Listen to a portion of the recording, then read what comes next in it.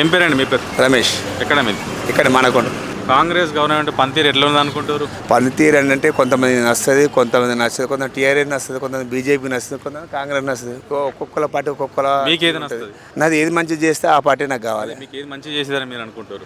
నాకు మంచి అనేది ఇప్పుడు నేను ఏది మంచి అనేది చెప్పి నాది కటింగ్ షాప్ ఉన్నది అంటూ అప్పుడు కేసీఆర్ నాకు ఫ్రీ కరెంట్ పెట్టిండు. ప్రస్తుతంగా అయితే అప్పుడు టీఆర్ఎస్ మంచిది అనుకున్నా, అదే ఇప్పుడు అమలు అవుతుంది కాబట్టి ఇప్పుడు నేను టీఆర్ఎస్ మంచిది అనుకుంటున్నాను. మీకు ఇష్టమైన పొలిటీషియన్ ఎవరు తెలంగాణలో? మీకు నచ్చిన రాజకీయ నాయకుడు ఎవరు? రాజకీయ నాయకులు అని ఎవరండి లేదండి. పొలిటికల్ ఎవరైనా ఏం లేదండి నా దగ్గర. హరీష్ రావు అయితే ఓకే నాకు మేబీ. ఇక్కడ ఎమ్మెల్యే పనితీరు ఎట్లా ఉన్నది మనకు? ఎమ్మెల్యే పనితీరు ఏం లేదు. ఎమ్మెల్యే పనితీరు వెళ్తా అంటే ఒక మాట, గెలిచిన తర్వాత ఒక మాట చెప్తా అంటారు, కానీ ఎమ్మెల్యే పనితీరు ఏం లేదు. రసమే వచ్చిన గంతే, కొవ్వంపల్లి వచ్చినంతే, ఆరబిల్లి మోహన్ వచ్చిన అంతే, ఎవరు వచ్చినా గంతే. ప్రభుత్వం అంటారు కదా, ప్రజలు దోసుకోవడం తప్ప మనం మంచి చేసేది ఏం లేదు. అది ఇప్పుడు ఎలక్షన్ దగ్గరికి వస్తుందంటే కథం ఇది చేస్తున్నా అది చేస్తున్నా అని ఒక పని చేసి పెడతారు, లాస్ట్కి వస్తే మళ్ళీ గెలుస్తారు, మళ్ళీ ఎప్పటి లెక్క మొదటి లెక్కనే చేస్తారు. గంతే, ఏ రాజకీయమైనా గంతే ఉంటుంది. 10 ఏళ్ళు కేసీఆర్ అయితే సీఎంగా ఉన్నారు. రేవంత్ రెడ్డి గారు సర్కార్ వచ్చి 3 సంవత్సరాలు అవుతుంది దగ్గరలో. ఇద్దరు సీఎంలో బెటర్ సీఎం అంటే ఎవరని చెప్తారు మీరు?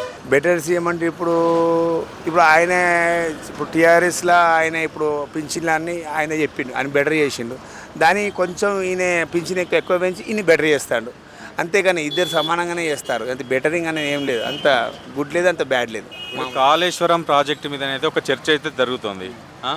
కాళేశ్వరం ప్రాజెక్టు కట్టడం వల్ల ప్రజలకు మంచి జరుగుతుందని అనుకుంటారా, చెడు జరుగుతుందా, లాభమా నష్టం అంటే ఏం చెప్పగలుగుతారు మీరు? మంచి జరుగుతుంది. ఇప్పుడు వాటర్ అనేది మనిషికి అవసరమే ఎప్పటికైనా. దానివల్ల వాటర్ అనేది మన డ్యామ్లకు దీనికి కొడితే వాటర్ లేకపోయినా వాటర్ వస్తాయి. కానీ కొన్ని విషయంలో వాటర్ అనేది తక్కువ పోతున్నాయి, కొన్ని అంటే అవుతున్నాయి. ప్రాజెక్టు వల్ల అందరూ మంచిగా జరుగుతుంది, దాంట్లో నష్టం అది ఏం లేదు. కానీ ఎంత ప్రాజెక్టు ఉన్నా కూడా వర్షాలు పడాలి. ఎక్కడ ఎంత ఎట్లున్నా కూడా మనకు ఏమైనా సముద్రం లేవు కదా పక్కకు, మన దుబాయ్ సౌదీలు కాదు కదా మనం ఫిల్టర్ చేసి మనం వాడుకోవడానికి. కానీ ఎంతైనా వర్షాలు పడితే వాళ్ళకైనా ఉపయోగం ఉంటుంది ప్రాజెక్టులలో. వర్షాలు పడలేదు అనుకో కొంచెం వాటర్కి ఇబ్బంది అవుతుంది, అనుకూలం ఉన్న దూరం ఉన్న వాళ్ళకి కూడా ఇబ్బంది అవుతుంది. కోర్లు చక్కగా పడాయి, కొన్ని భూమిని బట్టి ఉంటుంది, కొన్ని ఏరియాలు బట్టి ఉంటుంది. ఇప్పటికిప్పుడు ఎలక్షన్లు కనుక జరిగితే మళ్ళీ ఇక్కడ స్థానికంగా ఉన్నటువంటి ఎమ్మెల్యే కవంపల్లి సత్యనారాయణ గారు మళ్ళీ గెలిచే అవకాశాలు ఏమైనా ఉన్నాయా? ఆయన గెలిచే అవకాశాలు లేవు, నా ఉద్దేశం లేవు.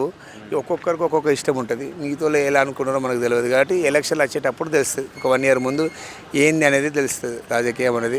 పవన్ కళ్యాణ్ గారి పార్టీ అనేది తెలంగాణలోకి వస్తుంది, దాన్ని ఎట్లా మీరు స్వాగతిస్తారా, ఎట్లా ఉంటుంది, ప్రజలు ఎట్లా చూస్తారు పవన్ కళ్యాణ్ జనసేన పార్టీని?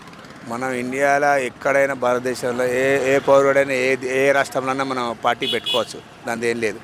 కానీ ఆయనే పార్టీ పెట్టి ఆంధ్రాలో మంచి చేస్తుందని టాక్ వస్తే ఇక్కడ కూడా పెడితే కూడా పార్టీలో అంటే మేబీ ఒక 2-3 సీట్లు రావచ్చు. కానీ మేబీ మొత్తం కావాలని అంటే మొత్తం అంతే అవకాశం ఉంటుంది. మేబీ ఒక 2-3 సీట్లు రావచ్చు.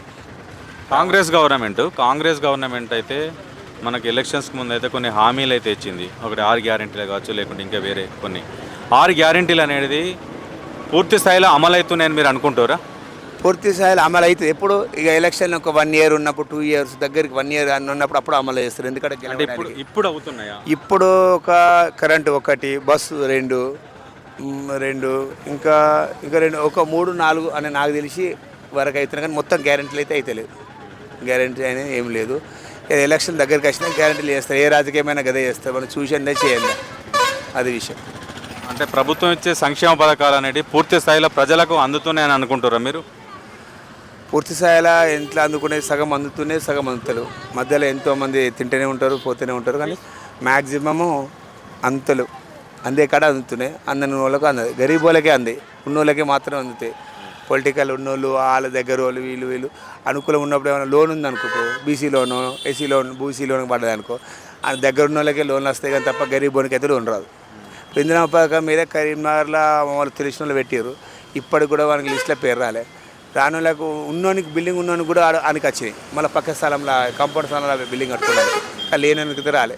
లేనోనికి రావాలంటే టైం పడుతుంది, అదే రాజకీయం చేయాలి, అది చూడాలి. ఎంపీ గారు ఎవరండి?